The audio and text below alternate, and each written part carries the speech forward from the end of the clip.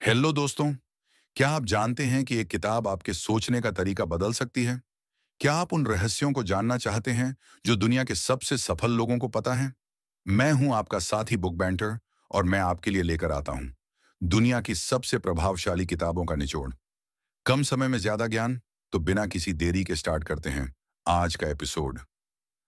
आज हम बात करेंगे बेंजामिन ग्रेहम के द्वारा लिखी बुक द इंटेलिजेंट इन्वेस्टर के बारे में। नमस्कार।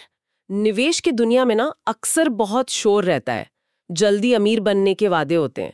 लेकिन आज हम एक ऐसी आवाज पर ध्यान देंगे जिसने दशकों से निवेशकों को संयम और समझदारी का रास्ता दिखाया है। बेंजामिन ग्राहम और उनकी वो क्लासिक किताब द इंटेलिजेंट इन्वेस्टर। हमारे पास इस बहुत ही प्रभावशाली किताब के सारांश के कुछ हिस्से हैं और आज हम इन्हीं के जरिए ग्राहम के जो मुख्य निवेश सिद्धांत हैं, उनकी गहराई में उतरेंगे। हमारा मकसद सिर्फ ये जानना नहीं है कि ग्राहम ने क्या कहा, बल्कि ये समझना है कि उनके विचार आज भी इतने जरूरी क्यों हैं। कैसे बड़ी गलतियों से बचा जाए, अपनी भावनाओं को काबू में कैसे रखा जाए और हाँ, कैसे धैर्य के साथ वेल्थ बनाई जाए। ये कोई फटाफट अमीर बनने का फॉर्मूला नहीं है, बिल्कुल नहीं। ये एक सोचा समझा अनुशासित तरीका है। और शुरू करने के लिए एक दिलचस्प सवाल सोचिए, क्या आप सोच सकते हैं कि पूरा शेयर बाजार एक ऐसे इंसान जैसा है जो रोज मूड बदलता है, और क्या आप उसके मूड स्विंग्स का फायदा उठा सकते हैं? चलिए इसी मजेदार विचार और ग्राहम के दूसरे अहम सिद्धांतों को समझते हैं। तो सबसे पहले ग्राहम निवेशकों को दो तरह का बताते हैं, रक्षात्मक और उद्यमी। सुनने में तो अलग लगते हैं, क्या मतलब है इनका असल में? बिल्कुल। और ये जो फर्क है ना, ये इंटेलिजेंस का नहीं है। ये है कि आपकी ज़रूरतें क्या हैं, आप कितना रिस्क ले सकते हैं, और हाँ, कितना टाइम और मेहनत आप इसमें डालना चाहते हैं। रक्षात्मक या डिफेंसिव निवेशक वो है जिसके लिए सबसे ज़रूरी है अपनी पूंजी की सुरक्षा। हम्म। वो ज़्यादा माथापच्ची नहीं चाहता। अच्छा, मतलब जो लोग ज्यादा झंझट नहीं चाहते, पर हाँ सेफ रिटर्न चाहते हैं। हाँ, बिल्कुल वैसा ही। उनके लिए कम रिस्क वाले ऑप्शन, जैसे मान लीजिए अच्छे बॉन्ड्स हैं या इंडेक्स फंड्स। जो पूरे बाजार को ट्रैक करते हैं। हाँ, वही। या फिर बहुत बड़ी जानी मानी भरोसेमंद कंपनियां, ब्लू चिप्स देने कहते हैं, उनके शेयर बेहतर हो सकते हैं। मकसद होता है कि बड़ा नुकसान ना हो और एक ठीक ठाक संतोषजनक रिटर्न मिल जाए। असाधारण नहीं, पर संतोषजनक। समझ गई। और फिर दूसरे वाले उद्यमी यानी एंटरप्राइजिंग निवेशक, ये कौन है? हाँ, तो उद्यमी निवेशक वो है जो ज्यादा एक्टिव रोल लेने को तैयार है।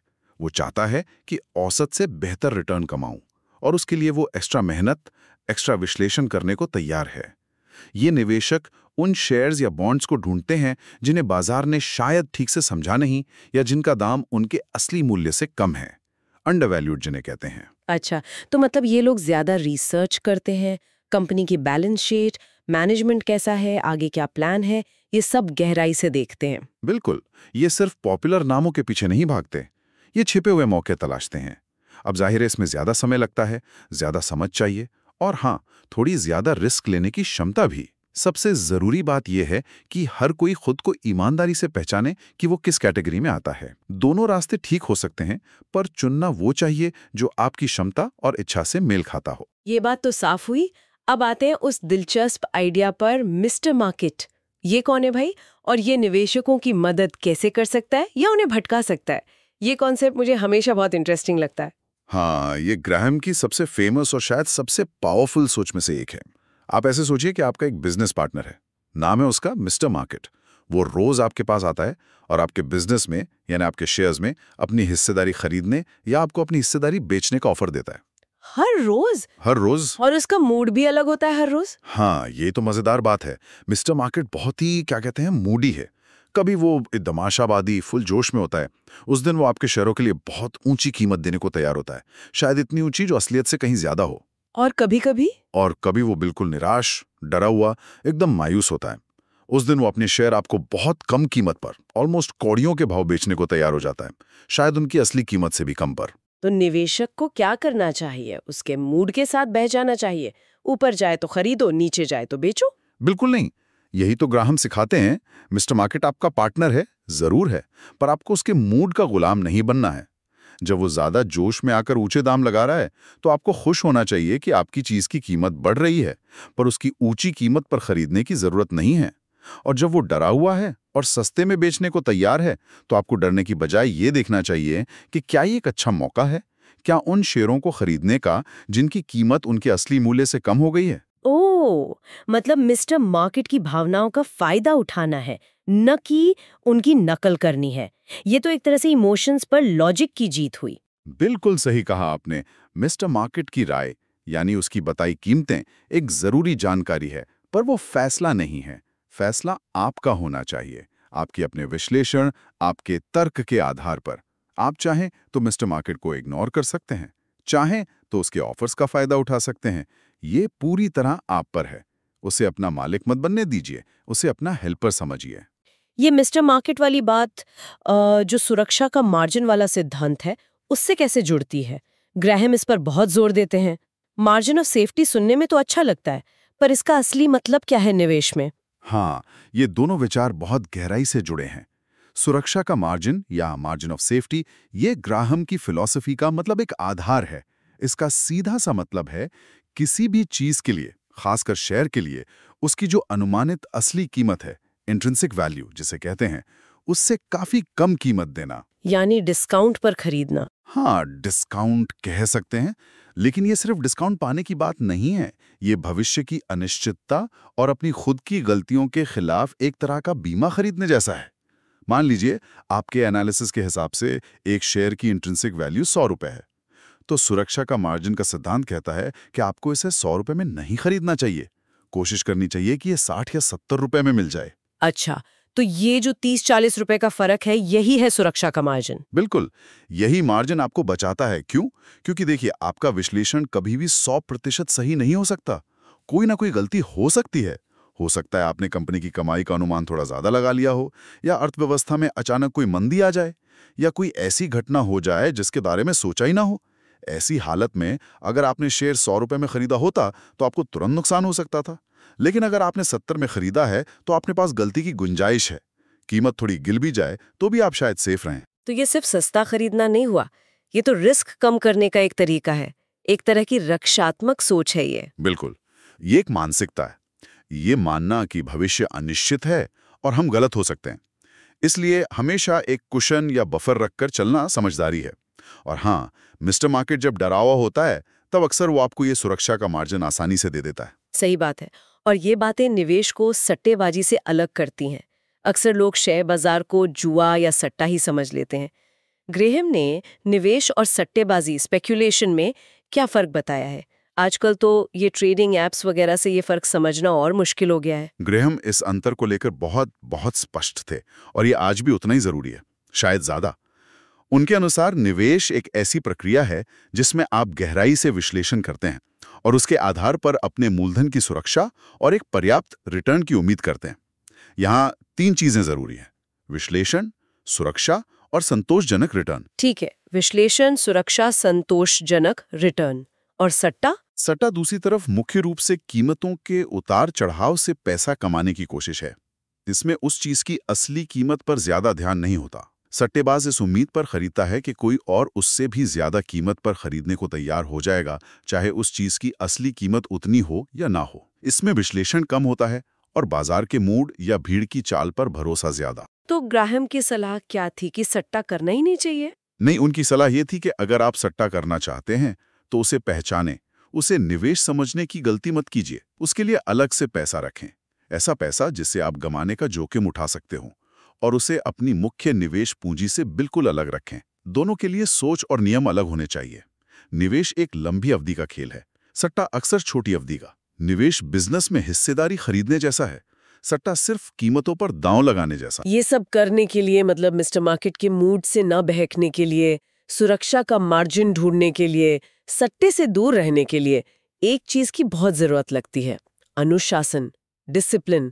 बाजार तो रोज हमें लालच और डर दिखाता है, इससे कैसे निपटा जाए? आपने बिल्कुल सही नस पकड़ी है। अनुशासन ही वो गोंद है जो ग्राहम के सारे सिद्धांतों को एक साथ जोड़ता है। एक समझदार निवेशक जानता है कि बाजार में तेजी भी आएगी और मंदी भी आएगी। वो ना तो तेजी में, मतलब बुल मार्केट में अंधा होकर लालची बनता है और हर बढ़ती चीज के पीछे भागता है, और न ही मंदी में, बेयर मार्केट में डर कर सब कुछ बेच देता है। हाँ, पर ये करना आसान तो नहीं होता होगा। जब आसपास सब लोग या तो पागलों की तरह खरीद रहे हों या डर कर बेच रहे हों? बिल्कुल आसान नहीं होता। यहीं पर एक मजबूत निवेश योजना, एक प्लान और उस पर टिके रहने का अनुशासन काम आता है। बुद्धिमान निवेशक अपनी भावनाओं को पहचानता है। हाँ, मुझे डर लग रहा है, या मुझे लालच आ रहा है, या मैं बेसब्र हो रहा हूं, लेकिन वो इन भावनाओं को अपने फैसलों पर हावी नहीं होने देता। वो अपने विश्लेषण और अपने पहले से तय किए गए नियमों पर भरोसा करता है। तो मतलब एक सिस्टम बनाना और फिर चाहे कुछ भी हो उस पे टिके रहना। हाँ बिल्कुल, एक तर्कसंगत फ्रेमवर्क बनाना और भावनाओं के तूफान के बावजूद उससे चिपके रहना। ये याद रखना कि गिरावटें खरीदने का मौका हो सकती हैं, अगर सुरक्षा का मार्जिन मिल रहा हो, और जरूरत से ज्यादा तेजी शायद बेचने का संकेत दे सकती है। धैर्य रखना बहुत जरूरी है। निवेश एक मैराथन है, 100 मीटर की दौड़ नहीं। जब हम रिस्क कम करने और अनुशासित रहने की बात कर रहे हैं तो एक और सवाल मन में आता है, क्या अपना सारा पैसा एक ही जगह लगा देना चाहिए? जैसे मान लीजिए सिर्फ शेयरों में। बहुत लोग सोचते हैं कि सबसे ज्यादा रिटर्न तो वहीं से मिलेगा। नहीं, ग्रैम इसके सख्त खिलाफ थे। वो विविधीकरण यानी डाइवर्सिफिकेशन पर बहुत जोर देते थे, मतलब अपने रिस्क को फैलाना। उनका एक मुख्य सुझाव था कि अपनी पूंजी को 2 मुख्य हिस्सों में बांटना चाहिए, स्टॉक यानी शेयर और बॉन्ड यानी ऋण पत्र। स्टॉक और बॉन्ड, इन दोनों में संतुलन क्यों जरूरी है? क्योंकि दोनों की प्रकृति अलग है। वो अलग अलग तरह से रिस्क और रिटर्न देते हैं। बॉन्ड जो है वो आमतौर पर ज्यादा स्थिर होते हैं, उनसे एक नियमित आय यानी ब्याज मिलता रहता है, और वो आपकी पूंजी की सुरक्षा में ज्यादा मददगार होते हैं। हाँ, ये जरूर है कि उनमें लंबी अवधि में बहुत ज्यादा बढ़ोतरी की संभावना थोड़ी कम होती है। और स्टॉक में लंबी अवधि में ज्यादा ग्रोथ की क्षमता होती है, वो आपको ज्यादा अमीर बना सकते हैं, लेकिन उनमें उतार चढ़ाव, वॉलेटिलिटी जिसे कहते हैं, वो भी ज्यादा होता है और नुकसान का जोखिम भी ज्यादा होता है। तो ग्रैम का सुझाव था कि निवेशक अपनी उम्र, अपनी रिस्क लेने की क्षमता और बाजार की उस समय की स्थिति के अनुसार इन दोनों के बीच एक संतुलन बनाए। जैसे 50-50 का रेशो या 60-40, ऐसा कुछ। हाँ बिल्कुल। और ये अनुपात कोई पत्थर की लकीर नहीं होता, ये समय के साथ बदल सकता है। जैसे कोई युवा निवेशक है, वो शायद ज्यादा स्टॉक रखे, जो रिटायरमेंट के करीब है वो शायद ज्यादा बॉन्ड रखें। जब बाजार बहुत महंगा लगे तो शायद बॉन्ड का हिस्सा बढ़ा दें, जब बाजार बहुत सस्ता लगे तो स्टॉक का। लेकिन पॉइंट ये है कि किसी एक पर ही पूरी तरह निर्भर न रहें। ये संतुलन आपके पोर्टफोलियो को स्थिरता देता है और बड़े झटकों से बचाता है। सही है। और आखिर में आजकल तो हर तरफ से टिप्स आती रहती हैं, ये स्टॉक ले लो, वो बेच दो। ट्रेंडिंग क्या है, इस पर बहुत ध्यान रहता है लोगों का। ग्राहम का इस टिप कल्चर या ट्रेंड फॉलोइंग पर क्या विचार था? उनके नजर में असली वैल्यू कहाँ मिलती है? ग्राहम को तो मूल्य निवेश यानी वैल्यू इन्वेस्टिंग का पितामह कहा जाता है। उनका पूरा दर्शन ही इस टिप कल्चर और ट्रेंड फॉलोइंग के खिलाफ था। वो कहते थे कि बाजार के शोरगुल, अफवाहों या जो अभी पॉपुलर चल रहा है उसके पीछे भागने की बजाय एक निवेशक को कंपनी के मौलिक सिद्धांतों यानी फंडामेंटल्स पर ध्यान देना चाहिए। फंडामेंटल्स मतलब जैसे कंपनी क्या करती है, कितना कमाती है, ये सब चीजें। हाँ, और उससे भी थोड़ा ज्यादा, कंपनी की कमाई कितनी टिकाऊ है, क्या उस पर बहुत ज्यादा कर्ज तो नहीं है, उसके पास कितनी ठोस संपत्ति है, मैनेजमेंट कैसा है, काबिल और ईमानदार है या नहीं, क्या वो लगातार डिविडेंड देती है, क्या उसका बिजनेस मॉडल मजबूत है। ग्राहम का मानना था कि किसी शेयर का असली मूल्य इन्हीं बातों से तय होता है, न कि इस बात से कि बाजार उसके बारे में आज क्या सोच रहा है या कल क्या सोचेगा। तो ये एक तरह से जासूस बनकर कंपनी की पूरी जांच पड़ताल करने जैसा है, बिजनेस को समझना। बिल्कुल, मूल्य निवेशक एक बिजनेस का हिस्सेदार बनने की सोच रखता है, ना कि सिर्फ एक स्क्रीन पर ऊपर नीचे होने वाला नंबर खरीदने की। वो कंपनी को खरीदता है, स्टॉक को नहीं। ये नजरिया आपको बाजार के रोजाना के उतार चढ़ाव से मानसिक रूप से बचाता है और लंबी अवधि में टिकाऊ संपत्ति बनाने में मदद करता है। तो अगर हम इस पूरी चर्चा को समेटें, हमने निवेशक के प्रकार समझे, मिस्टर मार्केट को जाना, सुरक्षा के मार्जिन का महत्व देखा, निवेश और सट्टे का फर्क समझा, अनुशासन की जरूरत पर बात की, एसेट एलोकेशन यानी संपत्ति आवंटन का तरीका देखा और मूल्य आधारित सोच को समझा। इन सब का निचोड़ क्या है?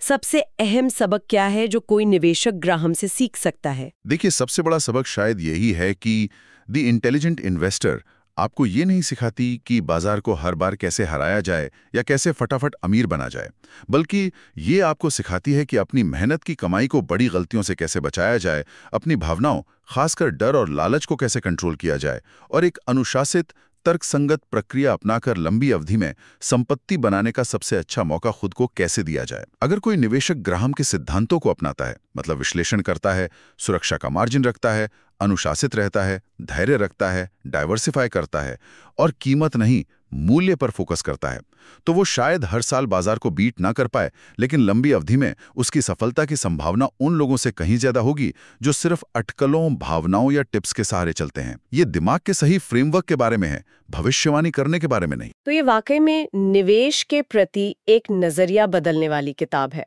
आज हमने बेंजामिन ग्राहम की द इंटेलिजेंट इन्वेस्टर के कुछ बेहद जरूरी और प्रैक्टिकल सिद्धांतों पर बात की।